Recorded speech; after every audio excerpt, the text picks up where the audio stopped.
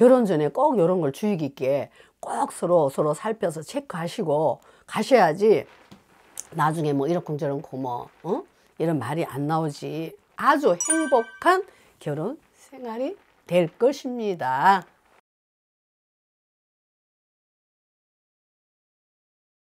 네, 반갑습니다.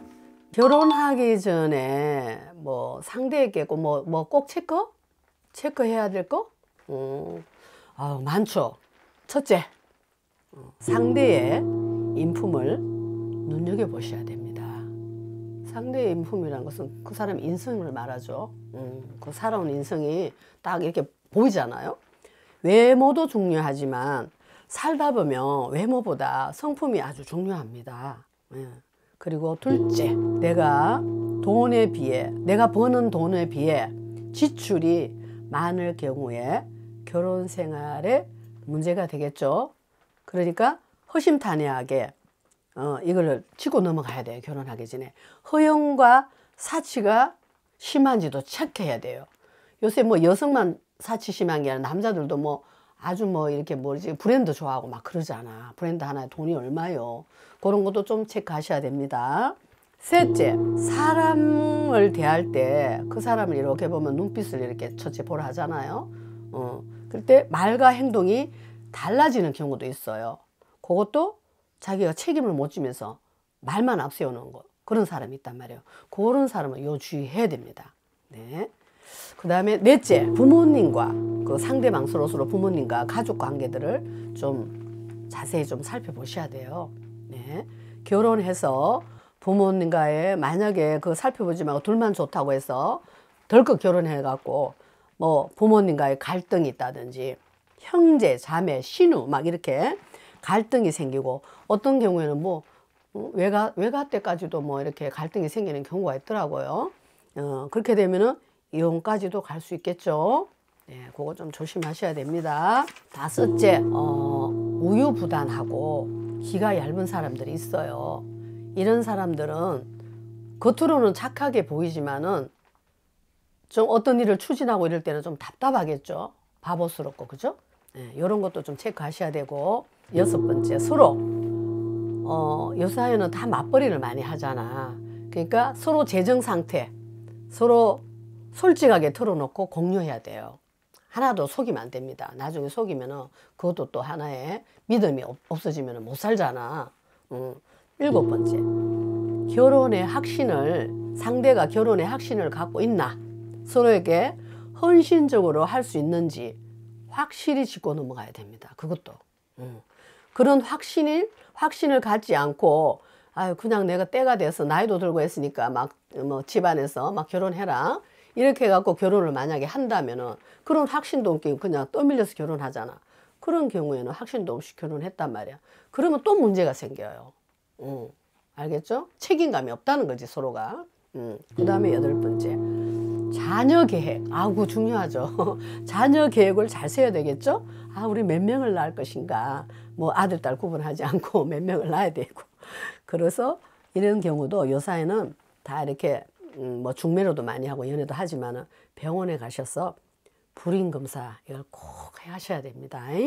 그래야지 또 계획을 세우잖아. 요새 불임이 있으면은 뭐 요새 뭐 의학적으로도 다 할 수 있으니까 속이지 않고 간다는 거지. 말하면 내가 불임이 있었는데 왜 애가 안 생기지 이래 되면 문제 되잖아. 그러니까 미리 그것도 체크하셔야 됩니다. 중요합니다.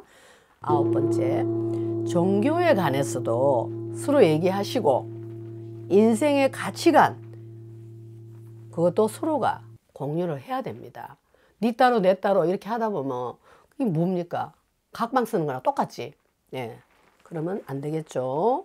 그 다음에 열 번째, 종합검진. 종합건강진단을 서로 꼭 하셔서 확인해서 여사에는 뭐 공황장애다, 우울증이다, 뭐 분노장애다, 세상이 막 그 각박하다 보니까 그런 경우들이 많단 말이에요. 그런 것도 꼭 검사를 하셔서 서로가 짚고 넘어가야 돼요. 이런 경우에는 결혼 생활이 큰 장애가 옵니다. 그러니까 그걸 꼭 짚고 넘어가시고. 11번째, 서로 간에 우리가 이제 부부 관계를 하잖아. 그런 이제 성적인 관계 이런 것도 문제가 될 수 있으니까 그것도 확실히 짚고 넘어가셔야 됩니다. 그거는 길게 얘기 안 하겠습니다. 네.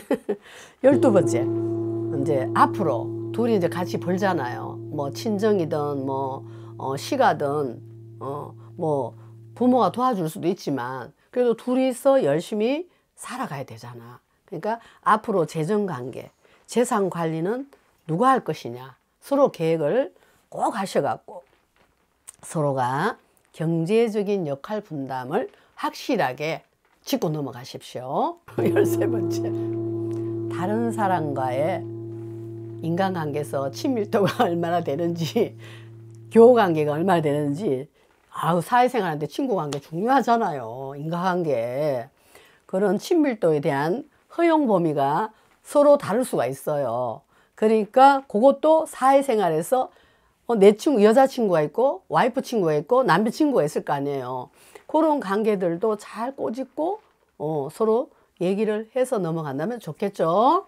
14번째. 그 다음에 이제 현재 자산. 아까 뭐 비슷한 얘기지만 현재 자산, 저축 수준, 미래 계획을 확실하게 세우셔야 됩니다. 왜? 내가 월급을 얼마를 받는데 지속적으로 그 월급을 계속 끝까지 뭐 가면은 괜찮겠죠. 뭐 공무원이 돼서 말년까지 뭐 퇴직을 한다든지 이러면 괜찮지만 중간에 만약에 공무원이 아니고 그냥 일반 직장을 다닌다. 그래도 이직도 할 수 있고 뭐 이렇게 또 뭐 사업도 할 수 있잖아. 근데 그런 것도 계획을 잘 세워서 가시면은 현재 그 다음에 현재 미래 부동산 계획은 어떻게 할 것인지 이런 것도 이야기 나누시면 좋겠습니다. 15번째. 그리고 이제 뭐 부부끼리 살다 보면 뭐 자동으로 되겠지만 개인적인 공간을 얼마나 원하는지 그런 것도 생각하셔야 됩니다. 마지막 이거 진짜 이것도 중요합니다. 서로의 이제 부모님이 계실 거 아닙니까? 나이 드셔서 만약에 병이 나셨어. 병이 났다든지 그 다음에 생활 능력을 이제 어른들이 잃었단 말이야. 그러면은 부모님을 위해서 우리가 무엇을 지원해 줄 수 있을지 그때 되면 아니면은 뭐 한 달에 얼마씩 이렇게 생활비를 줄 수 있는지 결혼 전에 꼭 이런 걸 주의 깊게 꼭 서로 살펴서 체크하시고 가셔야지 나중에 뭐 이렇쿵저렇고 뭐 이런 말이 안 나오지. 서로가 의견이 잘 맞춰서 미래를 설계해 나가신다면은 아주 행복한 결혼 생활이 될 것입니다. 감사합니다. 고맙습니다. 구독 눌러주세요.